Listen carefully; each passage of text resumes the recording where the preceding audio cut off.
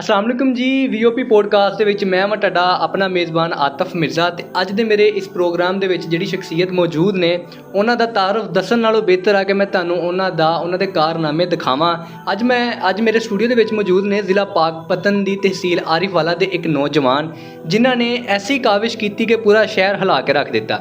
ਮੇਰੇ ਨਾਲ ਦੀ ਸੀਟ 'ਤੇ ਜਿਹੜੇ ਬੈਠੇ ਨੇ ਸ਼ੇਖ ਬਲਾਲ ਨਾਮ ਜੇ ਇਹਨਾਂ ਦਾ, ਤੇ ਇਹਨਾਂ ਨੇ ਆਰਿਫਵਾਲਾ ਦੇ ਅੰਦਰ ਮੌਜੂਦ ਜਿੰਨੇ ਵੀ ਕਬਰਸਤਾਨ ਨੇ, ਖਵਾ ਉਹ ਛੋਟਾ ਆ ਜਾਂ ਵੱਡਾ, ਉਸ ਦੇ ਅੰਦਰ ਜਿੰਨੀਆਂ ਵੀ ਕਬਰਾਂ ਢਹਿ ਚੁੱਕੀਆਂ ਸੀ, ਟੱਟ ਚੁੱਕੀਆਂ ਸੀ, ਸਾਰੀਆਂ ਕਬਰਾਂ ਨੂੰ ਇਹਨਾਂ ਨੇ ਦੁਬਾਰਾ ਜਿਹੜਾ ਹੈਗਾ ਵਾ ਜੀ ਉਹ ਖੜਾ ਕਰਵਾਇਆ। ਉਸ ਤੋਂ ਬਾਅਦ ਪੂਰੇ ਕਬਰਸਤਾਨ ਦੀ ਸਫਾਈ ਕਰਵਾਈ। ਆਰਿਫਵਾਲਾ ਦੇ ਅੰਦਰ ਇੱਕ ਸਭ ਤੋਂ ਵੱਡਾ ਕਬਰਸਤਾਨ ਜਿਹਨੂੰ ਮੋੜ ਵਾਲਾ ਕਬਰਸਤਾਨ ਕਿਹਾ ਜਾਂਦਾ, ਉਹ ਬਹੁਤ ਬੜਾ ਕਬਰਸਤਾਨ ਆ ਔਰ ਉਸ ਪੂਰੇ ਕਬਰਸਤਾਨ ਨੂੰ ਇਹਨਾਂ ਨੇ ਬਿਲਕੁਲ ਦਰੁਸਤ ਹਾਲਤ 'ਚ ਲੈ ਕੇ ਆਏ, ਕਲੀ ਵਗੈਰਾ ਕਰਵਾਈ ਤੇ ਸਾਰੇ ਕੰਮ ਕਰਵਾਏ। ਸ਼ੇਖ ਸਾਹਿਬ ਕੀ ਹਾਲ ਚਾਲ ਨੇ? ਪਹਿਲੇ ਤੁਸੀਂ ਇਹ ਦੱਸੋ।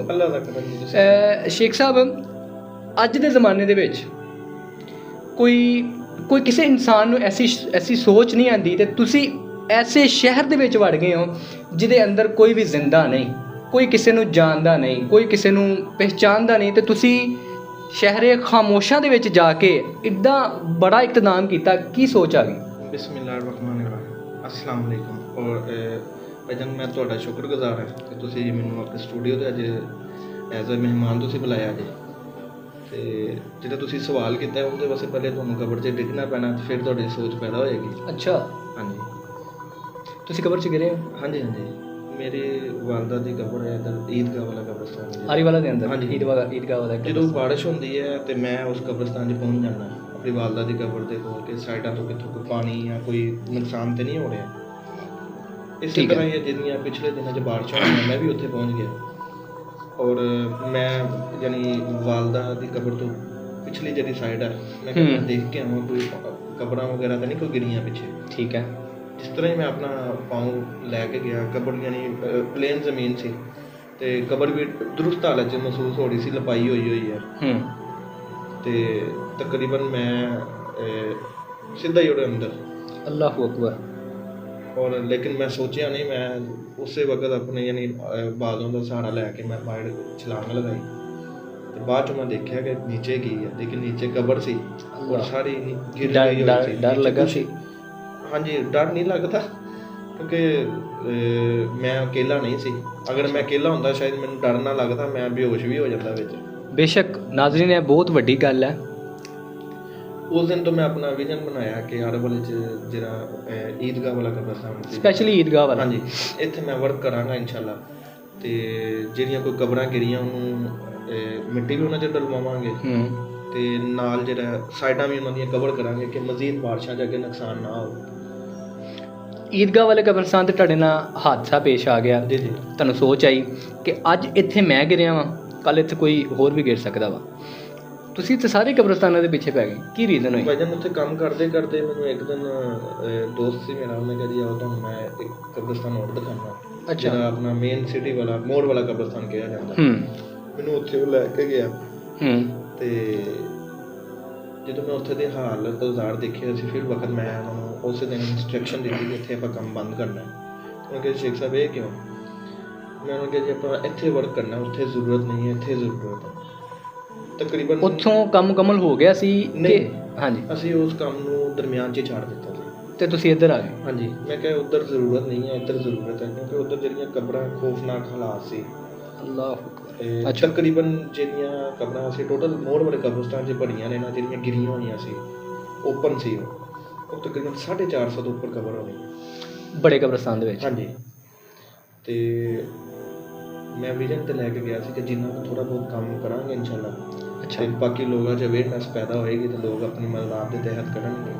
ਤੁਸੀਂ ਸ਼ੇਖ ਸਾਹਿਬ ਇਹ ਤਾਂ ਦੱਸੋ ਪਹਿਲੇ ਕਿ ਆਰਿਫਵਾਲਾ ਦੇ ਅੰਦਰ ਕਿੰਨੇ ਕਬਰਸਤਾਨ ਨੇ ਟੋਟਲ? ਆਰਿਫਵਾਲਾ ਦੇ ਅੰਦਰ ਤੇ ਤੁਸੀਂ ਕਿੰਨਿਆਂ ਨੂੰ? ਈਦਗਾਹ ਵਾਲੇ ਇੱਕ ਪੁਰਾਣਾ ਕਬਰਸਤਾਨ ਹੈ, ਇੱਕ ਨਵਾਂ, ਇੱਕ ਮੋੜ ਵਾਲਾ ਕਬਰਸਤਾਨ ਹੈ, ਇੱਕ ਲਤੀਫਾਬਾਦ ਵਾਲਾ ਕਬਰਸਤਾਨ ਹੈ, ਜਿਹੜੇ ਮੈਂ ਆਪਣੀ ਹੋਸ਼ 'ਚ ਦੇਖੇ ਜਾਂ ਮੈਨੂੰ ਇਹਨਾਂ ਦਾ ਪਤਾ ਸੀ। ਔਰ ਅਲਹਮਦੁਲਿਲਾ ਅੱਜ ਤੱਕ ਇਹ ਸਾਰੇ ਜਿਹੜੇ ਆ ਮੈਂ ਕਵਰ ਕਰ ਦਿੱਤੇ ਨੇ, ਮਿੱਟੀ ਦੇ ਲਿਹਾਜ਼ ਨਾਲ, ਸਫਾਈ ਦੇ ਲਿਹਾਜ਼ ਨਾਲ ਔਰ ਸਫੈਦੀ ਦੇ ਲਿਹਾਜ਼ ਨਾਲ ਜਿਹੜੀ ਹੈ, ਕਿਉਂਕਿ ਸਫੈਦੀ ਜਿਹੜੀ ਹੈ ਰਾਤ ਨੂੰ ਵੀ ਦੀਵੇ ਦਾ ਕੰਮ ਕਰਦੀ ਹੈ। ਇਹ ਅਲਹਮਦੁਲਿਲਾ ਸਾਡੇ ਕਵਰ ਹੋ ਗਏ ਨੇ। ਪੈਸੇ ਕਿੱਥੋਂ ਆ ਰਹੇ ਨੇ? ਤੁਹਾਡਾ ਸੋਰਸ ਆਫ ਇਨਕਮ ਕੀ ਹੈ? ਮੈਂ ਖੁਦ ਇੱਕ ਬਿਜ਼ਨਸਮੈਨ ਹਾਂ। ਅੱਛਾ, ਕਾਰੋਬਾਰ? ਹੋਲਸੇਲ ਦਾ ਕੰਮ ਹੈ ਸਾਡਾ। ਠੀਕ ਹੈ। ਤੇ ਉਸ ਤੋਂ ਇਲਾਵਾ ਜਿਹੜਾ ਮੋੜ ਵਾਲਾ ਕਬਰਸਤਾਨ ਹੈ, ਕਿਉਂਕਿ ਇੱਥੇ ਮੈਂ ਥੋੜ੍ਹਾ ਜਿਹਾ ਵਰਕ ਸ਼ੁਰੂ ਕੀਤਾ ਸੀ, ਇੱਥੇ ਕੰਮ ਜ਼ਿਆਦਾ ਸੀ, ਤਕਰੀਬਨ 178 ਪਲੱਸ ਟਰਾਲੇ ਮਿੱਟੀ ਦੇ ਇੱਥੇ ਡਲ ਗਏ। ਤੇ ਇੱਕ ਟਰਾਲਾ ਕੀ ਕੋਸਟ ਕਰਦਾ? ਇੱਕ ਟਰਾਲਾ 2400 ਰੁਪਏ ਦਾ ਟਰਾਲਾ ਹੈ। ਅੱਛਾ। ਔਰ 1500 ਰੁਪਏ ਅਸੀਂ ਇਹਦੀ ਮਜ਼ਦੂਰੀ ਕਾਸਟ ਯਾਨੀ ਸਾਨੂੰ ਆਉਂਦੀ ਹੈ। ਅੱਛਾ। 3900 ਰੁਪਏ ਦਾ ਇੱਕ ਟਰਾਲਾ ਯਾਨੀ ਮਿੱਟੀ ਦਾ, ਯਾਨੀ 3900 4000 ਦਾ ਇੱਕ ਟਰਾਲਾ ਕੋਸਟ ਕਰਨਾ। ਹਾਂਜੀ। ਉਸ ਤੋਂ ਇਲਾਵਾ ਜੇ ਆਪਾਂ ਗੱਲ ਕਰੀਏ ਮੋੜ ਵਾਲੇ ਕਬਰਸਤਾਨ ਦੀ, ਜੀ ਹੁਣ ਤੱਕ ਕਿੰਨਾ ਖਰਚਾ ਆ ਚੁੱਕਿਆ? ਤਕਰੀਬਨ ਐਸਟੀਮੇਟਡ ਹੈ ਕੋਈ 12.5 ਲੱਖ ਰੁਪਏ ਅੱਜ ਤੱਕ ਮੋੜ ਵਾਲੇ ਕਬਰਸਤਾਨ ਦਾ ਇਕੱਲਾ। ਤੇ ਜੇ ਆਪਾਂ ਫਿਰ ਨਾਜ਼ਰੀਨ ਜੇ ਪੂਰੇ ਚਾਰੇ ਕਬਰਸਤਾਨ ਦੀ ਗੱਲ ਕਰੀਏ ਤੇ ਕਿੰਨੀ ਕੋਸਟ ਕਰ ਗਿਆ? ਵਜਨ ਇਹਦਾ ਮੈਂ ਕੋਲ ਸਾਰਾ ਹਿਸਾਬ ਹੈ, ਯਾਨੀ ਮੇਰੇ ਕੋਲ ਲਿਖਿਆ ਸਾਰਾ ਮਿੱਟੀ ਕੋਈ ਅੰਦਾਜ਼ਨ ਅਵੇਅਰਨੈਸ ਵਾਸਤੇ ਸਾਡੇ ਵੀਰ ਜਿਹੜੇ ਬਾਕੀ ਕਬਰਸਤਾਨ ਨੇ ਉਹ ਸਾਰੇ ਮੈਂ ਆਪਣੀ ਜੇਬ ਤੋਂ ਲਗਾਏ, ਉਹਦਾ ਵੀ ਮੇਰੇ ਕੋਲ ਹਿਸਾਬ ਹੈ, ਲੇਕਿਨ ਉਹਨੂੰ ਇੰਨਾ ਬਰੀਕੀ ਨਾਲ ਨਹੀਂ ਮੈਂ ਰੱਖਿਆ। ਜਿਹੜਾ ਮੋੜ ਵਾਲਾ ਕਬਰਸਤਾਨ ਹੈ ਇਹ ਮੈਨੂੰ ਇੱਕ ਚੀਜ਼ ਮੈਂ ਨੋਟ ਕਰਨਾ ਮੇਰੇ ਵਾਸਤੇ ਇਸ ਵਜ੍ਹਾ ਤੋਂ ਮੈਂ ਮੁਨਾਸਬ ਸਮਝਿਆ। ਐਸਟੀਮੇਟਲੀ ਆਪਾਂ 15 ਲੱਖ ਕਹਿ ਸਕਦੇ ਹਾਂ? ਤਕਰੀਬਨ ਨਹੀਂ ਜ਼ਿਆਦਾ ਹੈ। ਠੀਕ ਹੈ। ਤੇ ਇਸ ਸਾਰੇ ਕਾਰਜ ਕਰਨ ਦੇ ਪਿੱਛੇ ਤੁਹਾਡੇ ਪਿੱਛੇ ਕੋਈ ਬੈਕਅਪ ਤੇ ਬੰਦਾ ਵਾ? ਤੁਸੀਂ ਡੋਨੇਸ਼ਨ ਮੰਗਦੇ ਹੋ, ਗਲੀ ਗਲੀ ਘਰ ਘਰ ਜਾਂਦੇ ਹੋ ਕਿ ਕੋਈ ਸੀਨ ਹੈ? ਨਹੀਂ, ਪਹਿਲੇ ਤੇ ਜਿੰਨੇ ਕਿ ਮੈਂ ਆਪਣਾ ਇੱਕ ਬਜਟ ਸੈੱਟ ਕੀਤਾ ਸੀ ਮੋੜ ਵਾਲੇ ਕਬਰਸਤਾਨ ਵਾਸਤੇ। ਅੱਛਾ, ਆਪਣੀ ਪੋਕਟ ਚੋਂ? ਹਾਂਜੀ। ਉਹ ਲਗਾਉਣ ਤੋਂ ਬਾਅਦ ਮੈਨੂੰ ਲੋਕਾਂ ਨੇ ਕਿਹਾ ਜੀ ਨਹੀਂ ਇਹ ਸਾਰਾ ਕਬਰਸਤਾਨ ਕਰਨਾ ਚਾਹੀਦਾ ਤੁਹਾਨੂੰ। ਮੈਂ ਇੱਕ ਛੋਟਾ ਜਿਹਾ 1-1.5 ਮਿੰਟ ਦਾ ਕਲਿੱਪ ਡੇਲੀ ਦੇ ਵਰਕ ਦਾ ਬਣਾਉਂਦਾ ਸੀ, ਉਹਨੂੰ ਮੈਂ ਫੇਸਬੁੱਕ 'ਤੇ ਲਗਾਉਂਦਾ ਸੀ। ਅਤੇ ਉਹਦੇ ਅਵੇਅਰਨੈਸ ਦੇ ਨਾਲ ਕੁਝ ਮੇਰੇ ਰਿਸ਼ਤੇਦਾਰਾਂ ਨੇ ਮੇਰਾ ਸਾਥ ਦਿੱਤਾ। ਅੱਜ ਕੱਲ੍ਹ ਰਿਸ਼ਤੇਦਾਰ ਵੈਸੇ ਸਾਥ ਤਾਂ ਨਹੀਂ ਦਿੰਦੇ, ਤੇ ਤੁਹਾਡੇ ਰਿਸ਼ਤੇਦਾਰਾਂ ਨੇ ਸਾਥ ਦਿੱਤਾ ਸ਼ਹਿਰੇ ਖਾਮੋਸ਼ਾਂ ਵਾਸਤੇ। ਨਾਜ਼ਰੀਨ ਬਹੁਤ ਬੜੀ ਗੱਲ ਹੈ। ਔਰ ਕੁਝ ਸ਼ਹਿਰਦਾਰ ਹਜ਼ਰਾਤ ਨੇ ਉਹਨਾਂ ਨੇ ਵੀ ਮੇਰਾ ਬਹੁਤ ਸਾਥ ਦਿੱਤਾ। ਈਵਨ ਕਿ ਇੱਕ ਦੋਸਤ ਹੈ, ਉਹਨਾਂ ਨੇ ਜਿਹੜਾ ਇੱਥੇ ਇੱਕ ਵੱਡਾ ਘਰ ਹੈ 77 ਟਰਾਲੇ ਮਿੱਟੀ ਦੇ ਪਏ ਨੇ। ਅੱਛਾ। 30 ਟਰਾਲੇ ਮਿੱਟੀ ਦੇ ਉਸ ਮੇਰੇ ਦੋਸਤ ਨੇ ਦਿੱਤੇ ਬੀਮਾ ਮਜ਼ਦੂਰੀ।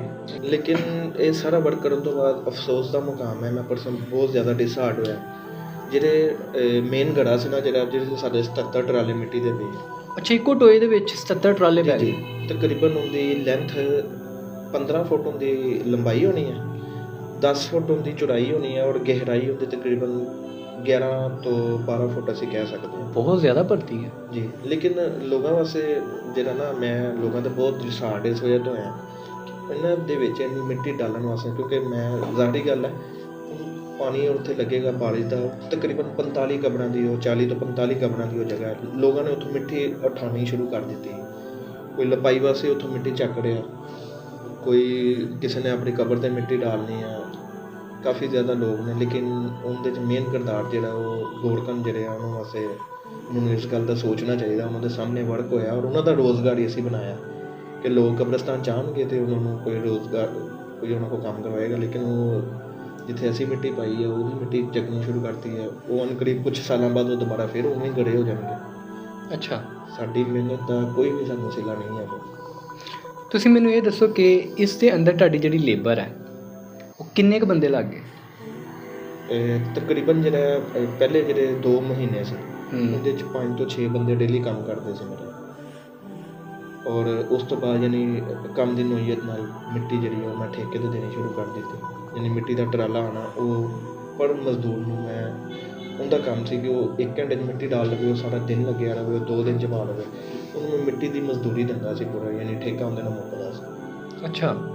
ਅਤੇ ਉਸ ਤੋਂ ਬਾਅਦ 2-3 4 ਇਸ ਤਰ੍ਹਾਂ ਯਾਨੀ ਹਰ ਡੇ ਦੇ ਹਿਸਾਬ ਨਾਲ ਯਾਨੀ ਕੰਮ ਦੀ ਨੋਈਅਤ ਦੇ ਹਿਸਾਬ ਨਾਲ ਬੰਦੇ ਮੈਂ ਹਾਇਰ ਕਰਦਾ ਸੀ ਡੇਲੀ। ਮਜ਼ੀਦ ਕੋਈ ਪਲਾਨ ਹੈ ਵਾ ਕਬਰਸਤਾਨ ਦੇ ਹਵਾਲੇ ਦੇ ਨਾਲ? ਹਾਂਜੀ, ਇਨਸ਼ਾਅੱਲਾ ਜਦੋਂ ਕੋਈ ਬਾਰਿਸ਼ ਵਗੈਰਾ ਜਾਂ ਕੋਈ ਹੋਏਗੀ ਇਨਸ਼ਾਅੱਲਾ ਮੈਂ ਡਿਊਟੀ ਜਿਹੜੇ ਕਬਰਸਤਾਨ ਮੈਂ ਹੁਣ ਤੱਕ ਕਵਰ ਕੀਤੇ ਆ ਇਨਸ਼ਾਅੱਲਾ ਉੱਥੇ ਡਿਊਟੀ ਵੀ ਦੇਵਾਂਗਾ। ਕਿ ਇਸ ਤੋਂ ਇਲਾਵਾ ਤੁਹਾਡੇ ਕੀ ਪ੍ਰੋਜੈਕਟ ਨੇ? ਇਸ ਤੋਂ ਇਲਾਵਾ 2 ਪ੍ਰੋਜੈਕਟ ਹੈ, ਇੱਕ ਮਈਅਤ ਫਰੀਜ਼ਰ। ਇਸ ਤੋਂ ਇਲਾਵਾ ਕੋਈ ਪ੍ਰੋਜੈਕਟ ਜੋ ਆਰਿਫ ਵਾਲਾ ਦੀ ਆਵਾਮ ਵਾਸਤੇ ਲੈ ਕੇ ਆਏ ਹੋ? ਇਸ ਤੋਂ ਇਲਾਵਾ ਥੈਲੇਸੀਮੀਆ ਦੇ ਲਿਹਾਜ਼ ਨਾਲ ਮੈਂ ਥੋੜ੍ਹਾ ਜਿਹਾ ਵਰਕ ਕਰ ਰਿਹਾ, ਸਟਾਰਟ ਕਰ ਦਿੱਤਾ। ਥੈਲੇਸੀਮੀਆ ਦੇ ਜਿਹੜੇ ਬੱਚੇ ਪੇਸ਼ੈਂਟ ਹੁੰਦੇ ਨੇ? ਜੀ ਬਹੁਤ ਲੋਕ ਮਜਬੂਰ ਵੀ ਹੁੰਦੇ ਨੇ ਦਵਾਈਆਂ ਦੇ ਲਿਹਾਜ਼ ਨਾਲ, ਹੌਸਪੀਟਲ ਦੇ ਲਿਹਾਜ਼ ਨਾਲ। ਇਨਸ਼ਾਅੱਲਾ ਉਹਨਾਂ ਦੀ ਆਵਾਜ਼ ਬਣਾਂਗਾ।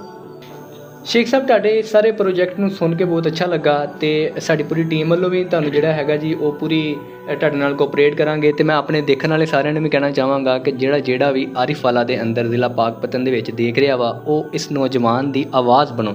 ਕੋਈ ਇੱਕ ਪੈਗਾਮ ਜੋ ਤੁਸੀਂ ਸਾਡੇ ਵੇਖਣ ਵਾਲਿਆਂ ਦੇ ਨਾਮ ਦੇਣਾ ਚਾਹੋ? ਪੈਗਾਮ ਇਹ ਹੈ ਜੀ, ਮੈਂ ਚੈਂਬਰ ਆਫ ਕਾਮਰਸ ਦਾ ਮੈਂਬਰ ਵੀ ਹਾਂ। ਅੱਛਾ। ਤੁਸੀਂ ਮੇਰੀ ਆਵਾਜ਼ ਬਣੋ, ਮੈਂ ਉਹਨਾਂ ਨੂੰ ਵੀ ਦਰਖਾਸਤ ਕਰਾਂਗਾ ਕਿ ਉਹ ਵੀ ਮੇਰੀ ਆਵਾਜ਼ ਬਣਨ। ਠੀਕ ਹੈ। ਔਰ ਇਨਸ਼ਾਅੱਲਾ ਇਨ ਫਿਊਚਰ ਅਸੀਂ ਜਿਹੜੇ 2-4 ਦੋਸਤ ਹੈ ਉਹਦੇ ਨਾਲ ਅਟੈਚ ਨੇ, ਅਸੀਂ ਮਿਲ ਕੇ ਇੱਕ ਆਰਿਫ ਵਾਲਾ ਬਸ ਇੱਕ ਫਾਊਂਡੇਸ਼ਨ ਵੀ ਤਰਤੀਬ ਦੇ ਰਹੇ ਹਾਂ ਮਾਸ਼ਾਅੱਲਾ ਇਨਸ਼ਾਅੱਲਾ। ਉਹਦੇ ਵਿੱਚ ਸਾਡੇ ਕਾਫੀ ਜ਼ਿਆਦਾ ਪਲੈਨਿੰਗ ਨੇ। ਲੋ ਜੀ ਨਾਜ਼ਰੀਨ, ਇਹ ਸੀਗਾ ਸਾਡਾ ਅੱਜ ਦਾ ਪ੍ਰੋਗਰਾਮ। ਇਸੀ ਦੇ ਨਾਲ ਆਪਣੇ ਮੇਜ਼ਬਾਨ ਆਤਿਫ ਮਿਰਜ਼ਾ ਨੂੰ ਦੋ ਇਜਾਜ਼ਤ, ਮਿਲਾਂਗੇ ਇਨਸ਼ਾਅੱਲਾ ਤੁਹਾਡੇ ਨਾਲ ਇੱਕ ਨਵੇਂ ਪ੍ਰੋਗਰਾਮ ਨੂੰ ਲੈ ਕੇ। ਅੱਲਾ ਨਿਗਹਿਬਾਨ।